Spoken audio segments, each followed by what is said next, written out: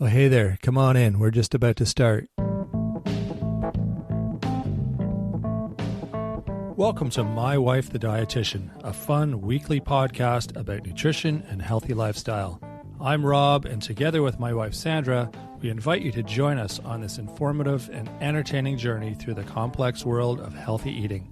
Join us each week as we strive to help you with transforming your overall health and relationship with food through up-to-date, evidence-based nutrition information.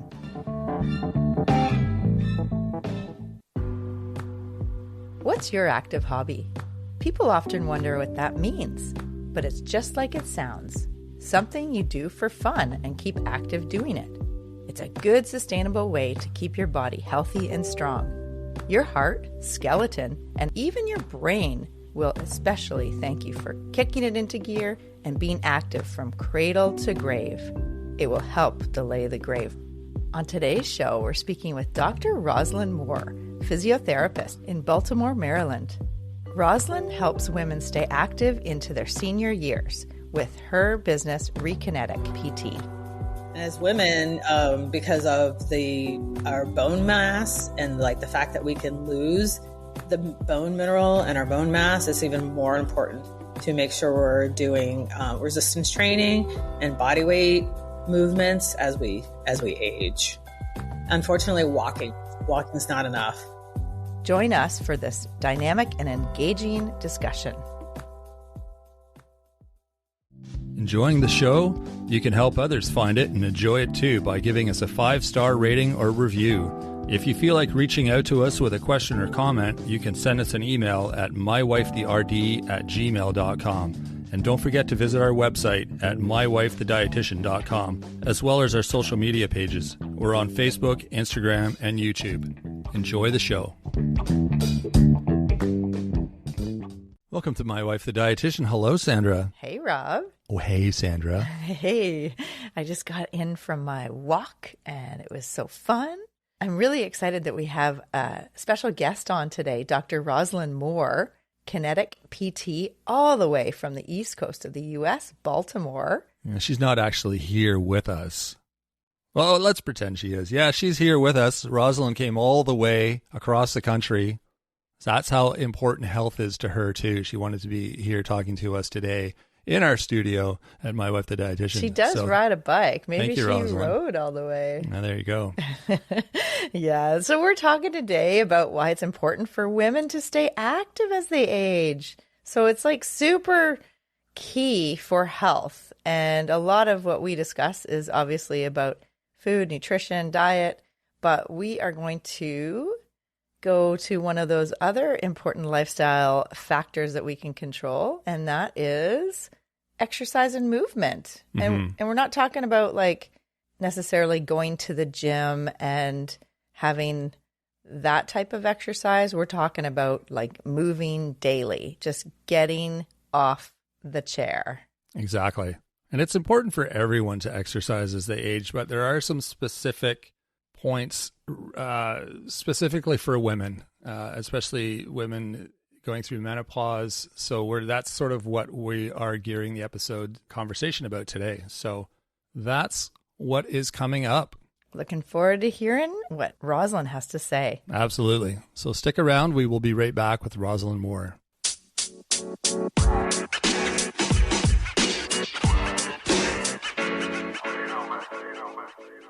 We have Dr. Rozalyn Moore here with us, and I'd love for you, Roz, to tell the listeners who you are and who you help in your work. Yeah, sure. My name is Rozalyn Moore, and I am a physical therapist and a wellness coach. So I started my own practice about 4 years ago, and I have pivoted from when I first started. I first wanted to help new runners, beginning runners, and women runners, basically, that had knee pain. And that was really what I wanted to do. But then as I started getting a little bit older through the process, I decided to pivot. And now I help midlife women lessen menopause symptoms without diet and without medication. Oh, I like Awesome. that. That's awesome. And I think Yeah. I was looking at your homepage and I saw your YouTube video of your backstory about riding on your road bike because you're very active and you basically practice what you preach, right? And then you fell off your road bike. What happened there? Yeah, so I think I've fallen off my road bike twice. So we have these Friday night bike parties in the city, and I think that was the first time we were riding bikes on Friday night in the city in Baltimore here, and just riding home. I may have knocked back a few too many, I don't know, and I was riding home and took a curb and fell off, landed on my right knee. Now I had knee problems in the past. I mean, I feel like I've always kind of had right knee problems in the past, but landing on that right knee kind of exacerbated the knee arthritis. So I had to rehab that, and that took a couple of months for that, just doing my own rehab, doing some pool rehab and getting myself back. And that was a little traumatic because it really bothered me. I couldn't run. I couldn't really do anything for a long time, but I was able to get myself back into to running after that. But then I fell off my bike again after that and hurt my knee again. But I think that time wasn't quite as bad. So I was able to keep running a little bit more after that. Oh, good. And did it coincide with kind of for you, like just changes in your body and did you have osteoarthritis or was it just like sometimes when we have an injury like that, it kind of shows like, oh, this was happening before we even knew. Right. Exactly. Like the arthritis was kind of already there. And then I guess falling off the bike kind of just made it worse. And so it kind of flared up everything a little bit more in the knee. So it just kind of made things a little bit worse. So I had to just, kind of make things a little more different in my running plan, a little less distance, a little slower, but that was all right. Yeah. And it helps you be empathetic, right? To your clients. Oh, yeah. Oh, yeah. Totally. It seems like as we get older, it's our bodies are, we want to work out, we want to be active, but our bodies are kind of giving us these ailments that prevent us from doing that, and it's a bit discouraging. And I guess that's part of your work, right? Is helping people sort of work through that stuff. Exactly. And that's exactly part of the work, because then another thing happened about in 2019, the end of 2019, I did this 5K. And then because I had FOMO for the swag of the second 5K, I decided to do the next day and then ended up with bad hip pain on my left side. Oh. Then that threw me off for actually still to today, that threw me off for a couple of months. And even till today, my left hip really bothers me. And that made me pretty much end my running career. I don't really run all that much now. I can do some run walking up to about 2 miles now, where I was doing like halves and, 10Ks. So, it's another pivot in my running career. But, I figure, a lot of people will just, or doctors will just say, okay, no more running, no more doing any of this stuff. But, I just say that's not true. You just have to change it. So I just changed it to where I definitely do a lot more run walking, and I just changed the distance. And as long as you rehab, and one of my biggest things is rehab, don't rest. Yes. Yes. Because rest Makes is sense. when you get rusty. Yeah. Right. For sure. People think, oh, I'm just going to rest for 2 weeks and then I'll just get right back at where I was. Like, how's that working for you? That's not going to work. Yeah, not at all. Yeah, you have to put some work into it. And especially as you get older, it might take longer, but if you just put some work into it, and it might look different, like mine looks different, but you still can do it. Yeah, like swimming or maybe more gentle exercises. Yeah. Yeah, I think a lot of people, like you were saying, they, something hurts and they're like, oh, I can't do this anymore, or I should quit and find something else. But it's nice to know that there are alternatives, and then, you just have to change how you do it instead of, joining the knitting club or whatever, instead of doing your marathons. It's not one or the other, you can sort of adapt, right?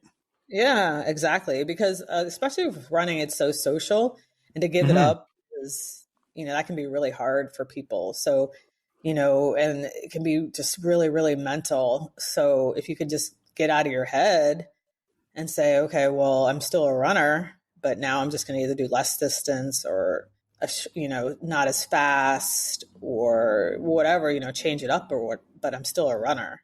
Sure. You can, Yeah. Yeah. Yeah, yeah. absolutely. And that's actually brings me to the first question of like, why is being active so important, especially for women, going through like the midlife change and menopause transition? Why is activity so important? Yeah, so menopause brings shifts in our hormones, and that can impact anything from your weight to your mood to your sleep. And so regular movement is something that's going to help combat that. So brisk walking, strength training, any kind of fun activity, but especially strength training and adding some like higher impact activity plus your daily walking are going to help balance those hormones. It's going to help boost energy. It's going to help reduce stress. And then it's going to help your sleep.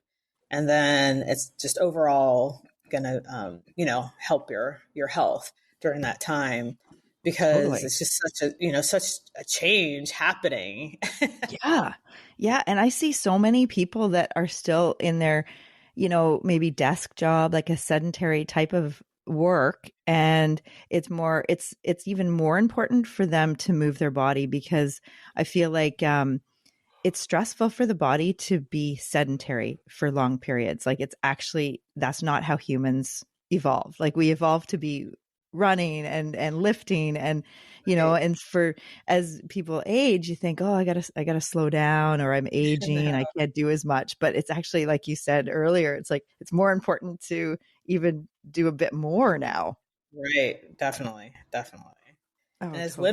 women, because of our bone mass and like the fact that we can lose the bone mineral and our bone mass, it's even more important to make sure we're doing resistance training and body weight movements as we age.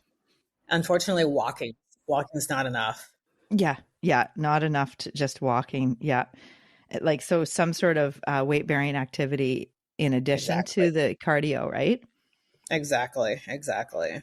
It seems like a lot of people feel like as they get older, they're not able to do that kind of stuff. Like strength training is for young people at the gym. And, as I get older, I should just be walking and taking it easy and kind of like winding down almost, but it seems like it's the opposite.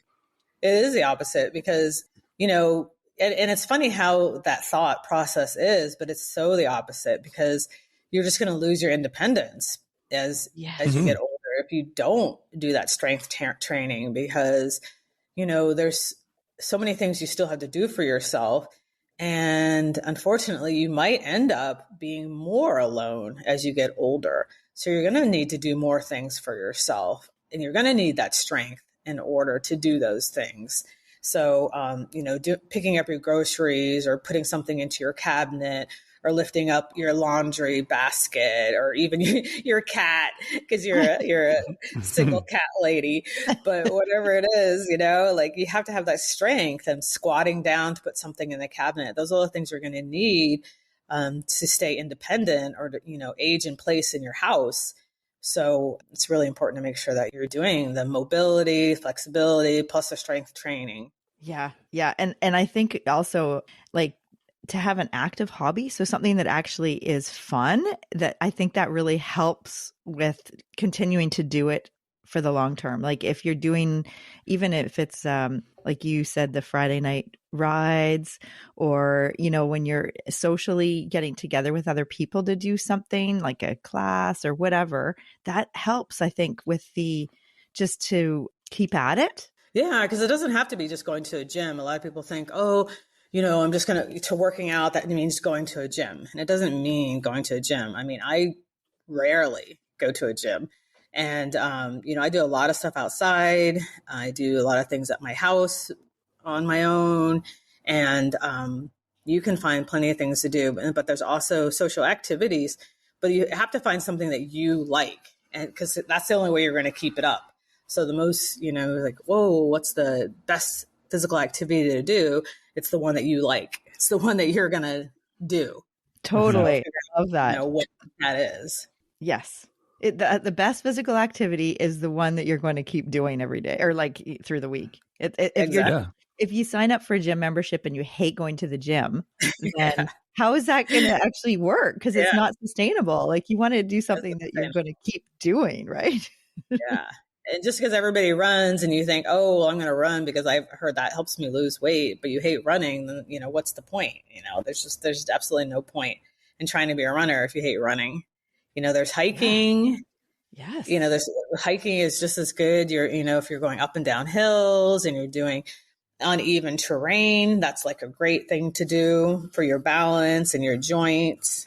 Yeah, that's exactly it. Actually, it's funny. Pickleball is, really growing sport, and it's so good because it's social. You're bouncing around. It's very cardio, like you're sweating a lot within, 15 minutes, and it's competitive. So you don't even think about that. It's just like a game where you're playing and time goes by and you don't even realize. It's not like standing on a treadmill and you're looking at the time going, when can I get off this damn thing? Right. Yeah. And you're twisting, you're using your muscles, you're using your tendons and your joints and everything all at once. So it's good. Totally. I had another question that I often ask clients, and sometimes they kind of look at me and say, what does that mean? But what does active hobby mean to you as a PT? And why is it important for women? Well, probably in my words, I would say that an active hobby would be a physical activity that you enjoy, something that you look forward to. So something like dancing or gardening, hiking, yoga, a hobby that blends fun and fitness, and something that makes it easier for you to stay consistent with, something that's not like you consider exercise where you're thinking, okay, I've got to go do this 30 minutes. Let me put on these special clothes, go somewhere special, go to a gym, do this special thing that's going to make me sweat and have this, special thing going on. It's just, something that's going to keep your joints mobile and strengthen your muscles, but more of a fit and fun kind of a thing that's going to be more of a lifestyle than just straight up exercise, I would say. Right. Yeah, absolutely. And when you first were talking about you wouldn't consider it exercise, I could just see the air quotes. We're on audio here. I can't see them, but I feel like you probably said exercise in air quotes because it's like, it sounds punitive almost. Yeah, more like activity or movement, because sometimes when people just say exercise, they just think of punishment and something that they've never wanted to do. And so it's really hard for them to wrap their brain around doing it. So maybe if they think more of movement and activity, then they might be more willing to do it. Something like boot camp, right? It's like, it's one of those bittersweet things that you have to do, but you don't really want to. Yeah, exactly. Do you suggest that people do both though? Because I'm guessing that the exercise component is still important, right? Like the sweating and the boot camp, however that looks in your life. I mean, that's still an important element as we age, and well, any age really, but especially as we age. It's still really important. And here's the thing, especially in menopause, it depends on your goals, really, because it's unfortunately that there's such a balance. So if you're in menopause and you're looking at that whole belly fat thing and you're trying to lose weight, as opposed to in menopause and you're trying to age well, what you're doing is going to be different. Unfortunately, like what you have to do in menopause as far as weight loss or fat loss is so much more. It really stinks, but it really is so much more that you're going to have to do. Right. In terms of muscle strengthening and lifting to help with your overall lean mass, right? Everything. So if you're actually looking at weight loss or fat loss, you're going to have to include sleep. It's probably going to be one of the first things you're going to have to look at. So your rest and your sleep, and you're decreasing your stress. So, and gut health. So those first. Okay. So adding. So I always say, like, thinking about adding things instead of taking away. Yes. So adding more sleep, adding more water, adding better nutrition, adding better gut health. Those are going to be the first things to help with fat loss.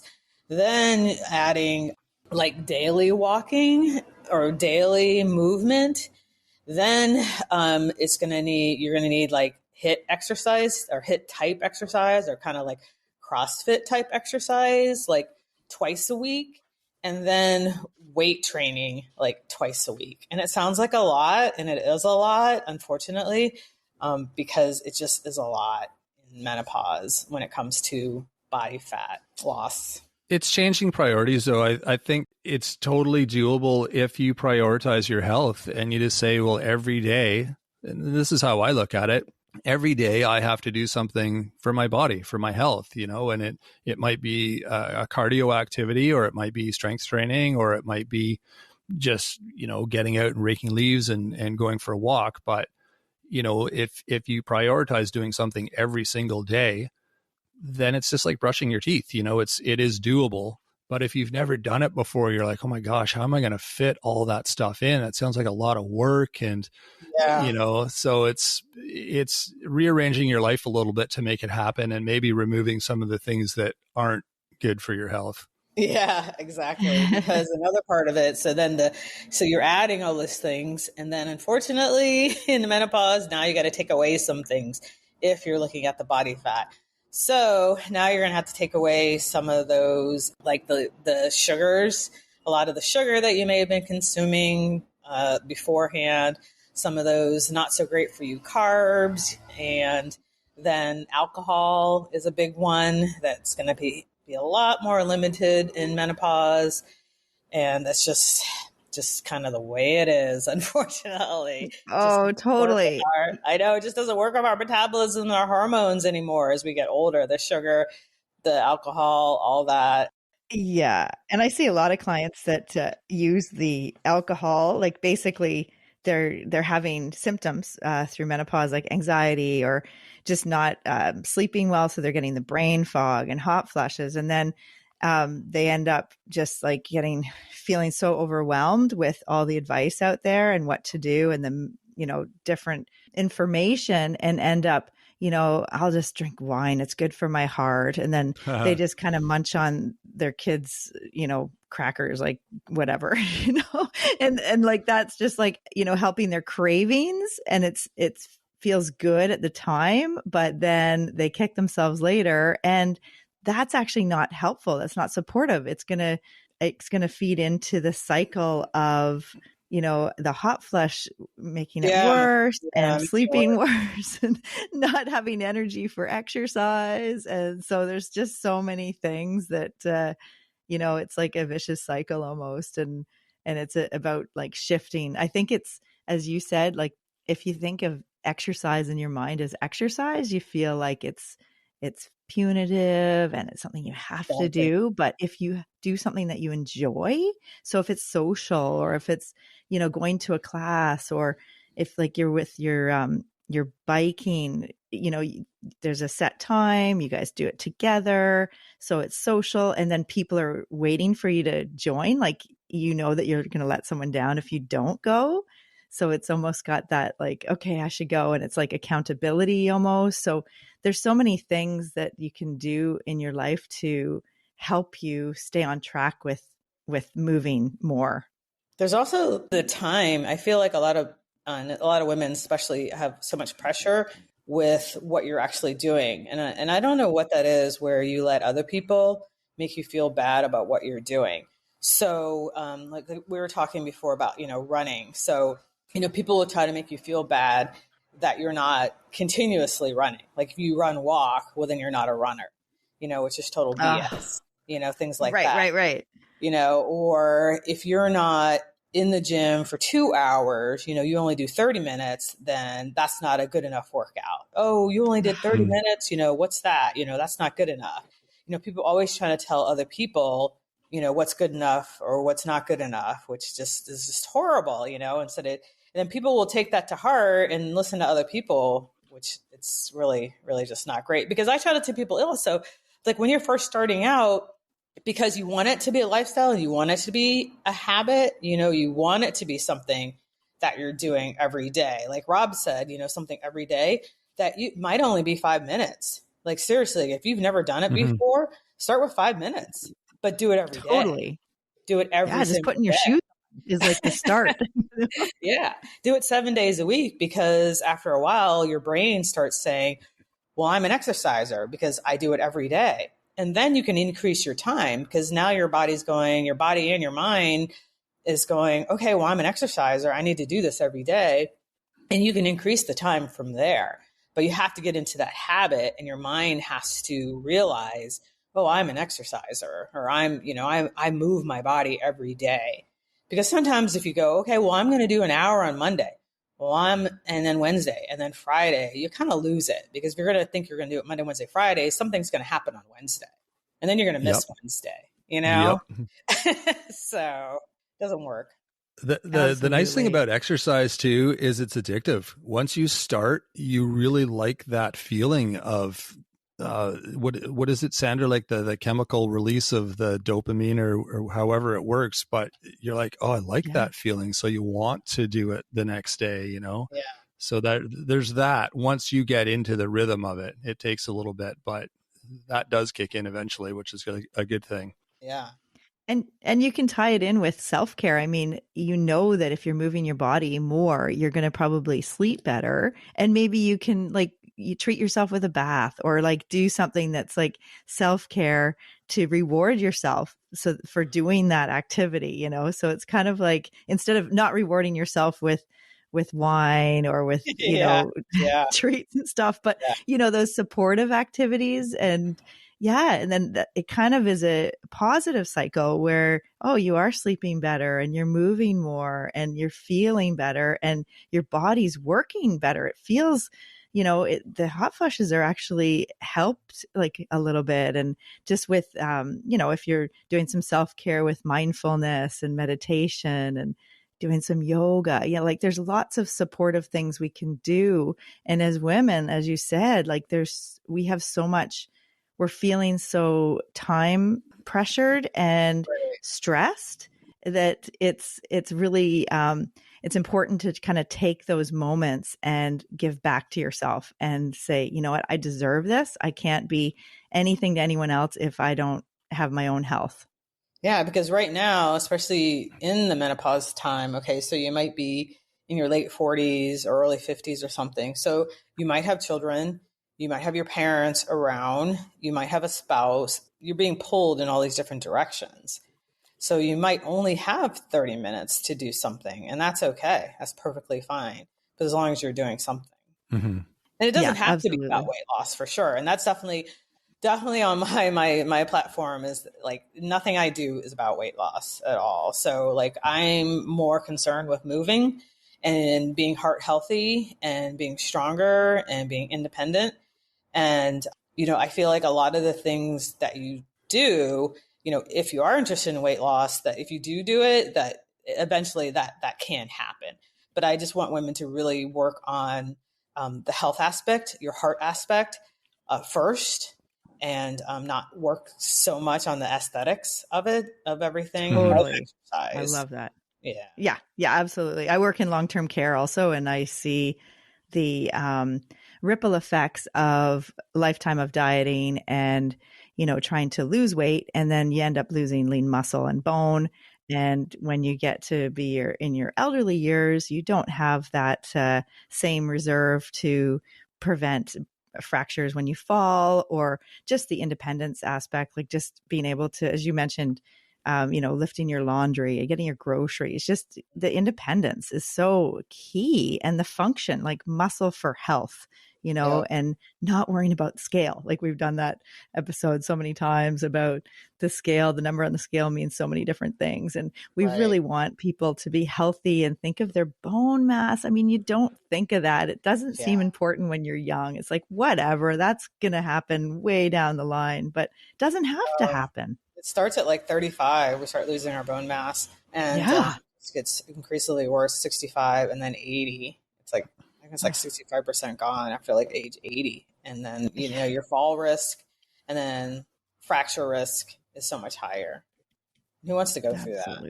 No, yeah, exactly. No doubt. Exactly. Yeah. Yeah. And you know what? We have a question we ask all of our guests on the show, and it just gives us a flavor of, you know, what you like in terms of things that you might bring to a party. Like if you were going to a potluck and you're going to share a dish with others, what would you bring? So I almost always bring something that I can eat because I'm a vegetarian. There you go. So I'm usually bringing some kind of a hearty salad. So some kind of a main meal type of a salad, or a main dish like pasta salad kind of a thing. Or I usually bring that plus a dessert because I love to bake. Yum. Oh, nice. That's cool. Love to bake. That's awesome. So do you bake like pies or cakes or muffins or cake and bread and scones, biscuits, muffins. Oh, wonderful. Oh, come to our party, please. No doubt. I love it when people put an effort into a potluck and not just bring like a bag of Doritos and a thing of hummus, which is okay too. I mean, it's nice to have those things, but when people actually bring something that's homemade and they you know, they've spent some time creating, it's like, oh, it's usually a hit. Oh yeah. Like we have an event coming up soon. I'm already like trying to plan. Like I'm probably gonna make this. I don't know. I'm thinking of making like a chickpea pasta thing with like edamame in it. And then I'm also bring, because it'll be during the holiday times, I'll probably bring some spiked eggnog. Right on. It's homemade. It takes like 2 days to make it. And then seriously? Homemade? Yeah, it's homemade eggnog. And then I usually make a pumpkin dream pie. That sounds good. Yeah. Yeah, wow. Just the name makes it sound tasty. Wow, well, nice. That's right. You guys have Thanksgiving coming up, eh? Yeah. Thanksgiving. Yeah. Because we already had it. We in Canada, ours is like October. Oh, yeah. Yeah, like a month ago almost. Yeah. It's so different. Oh, wow. It's so different. It's finished Halloween, so still eating that candy. Exactly. I know, exactly. That's awesome. Oh my goodness. Wow. Well, this has been so awesome. And the information that, you know, just all the concepts we talked about and ideas. And I really like your view on maintaining health through physical activity and movement and exercise in quotes. But from a physiotherapist standpoint, it's really, it's nice to kind of see that we're all on the same page. Yeah. Absolutely. And just wondering, Rob, do you have any other questions at all? No, just from a male perspective, I guess, someone who's not directly going through menopause, it seems like a new script applies once you hit menopause as far as all the things you do in your life. Like a lot of things change, a lot of things have to change as far as how you eat, how you exercise, you know, the things that used to work don't work anymore. And maybe that's part of the messaging too, is that, you know, a lot of people just think that they can just keep plugging away doing the same old things and the same results will occur, but that's not the case by the sounds of it. So it's good. I think we sort of painted that picture through this conversation. So it's nice to sort of understand that coming from you guys. Yeah, I guess it's kind of like a professional athlete or maybe like a college athlete, male, you know, when they stop playing, kind of like how their body changes. Yeah, totally. Yeah, true. That's true. Yeah, you see that a lot actually. So it's we've actually interviewed people like that too, and it's really interesting hearing their stories. So like retired athletes. Yeah. It's really interesting. It's just a new identity almost. Yeah. It's a totally new identity. They have to think of a different way to exercise now, a different way to move now, a different way to eat now, because things have just totally changed. Their schedules changed, everything. Totally. Yeah. Yeah. And it's interesting. I heard a professor speak about how women are almost lucky because they have this signal at the midlife that indicates, oh, you know what? It's time to take it up a notch with your just watching how you're eating and getting the sleep and trying to have some movement in your daily living. And because it's kind of a signal to, you can improve your health and you can prevent, the ripple effects over time of not treating yourself well. And whereas men don't necessarily have kind of that same phase or that kind of signal, they just kind of, things just continue to go and they could be on kind of the wrong path the whole way. But for women, at least they have like a bit of a like signpost that says go this way because you're starting to have poor sleep and all these other problems that could be indicating that you're going down the wrong path, whereas men don't necessarily have that too, and probably have more medical true and a lot of men don't seek medical care either. Right. I was going to say really the same thing. Yeah, women seem to band together and conquer their problems as a team, whereas men are like, I'm just going to do this on my own. I don't need help, but then they don't really get any results, as so it's interesting. Awesome. Yeah. So where can people? Oh, yeah, we're on the same. Where can people get in touch with you or find more about you, Rozalyn? Yeah, so on Instagram, I'm there a lot. And so Instagram, I am at Dr. Rozalyn. So that is DrRozalyn. And then my website is rekineticpt.com. So that is RekineticPT.com. Okay. And those are the main ways, I would say. Perfect. Well, we'll definitely put those in the show notes and direct people your way. And it's been a pleasure talking to you. Thanks for sharing your wisdom with us. Yeah, thank you. And I looked at your website. It looks great. And I like the on your homepage where you have the YouTube video of just your services and kind of your background and your story. So that was really helpful. Thank you. Awesome. Well, thanks so much. And we'll come to Maryland one day and have your wonderful baking and your salad. I think we're all ready to come to Canada. Yeah, no doubt. Right. So funny. Oh my goodness. Oh, well, it was been a pleasure to talk with you today. Thank you. We'll talk again soon. Thanks, Rozalyn. All right, thanks. And bye. Bye, Sandra. Bye, Rob. Cheers. Bye-bye. That was good, eh? Rest leads to rust. It does. Absolutely. On everything. Yeah. Yeah, we gotta, it's more important than ever to incorporate daily movement. And whatever you are having fun doing, that is the best exercise. I love that quote because she said people ask her, what's the best exercise to do? Yeah, and I like how she differentiated, or I guess our conversation differentiated the difference between exercise and just being active. There is a difference. And I think a lot of people equate them as the same thing. And they think, I'm too old to do that, because they think that being active means they have to go to the gym or they have to do things that are strenuous and hard on their body. And they feel like their body isn't, in the condition to do that anymore. And for some people, they need to watch certain, if they have heart issues or something, maybe they need to watch what they're doing, but that doesn't mean they can't be active still. Yeah. Yeah. You can start from where you're at and do a little bit more and use all your systems. Like, it's really important to lift things if you want to continue to lift groceries or laundry into your older years, or you want to stay independent.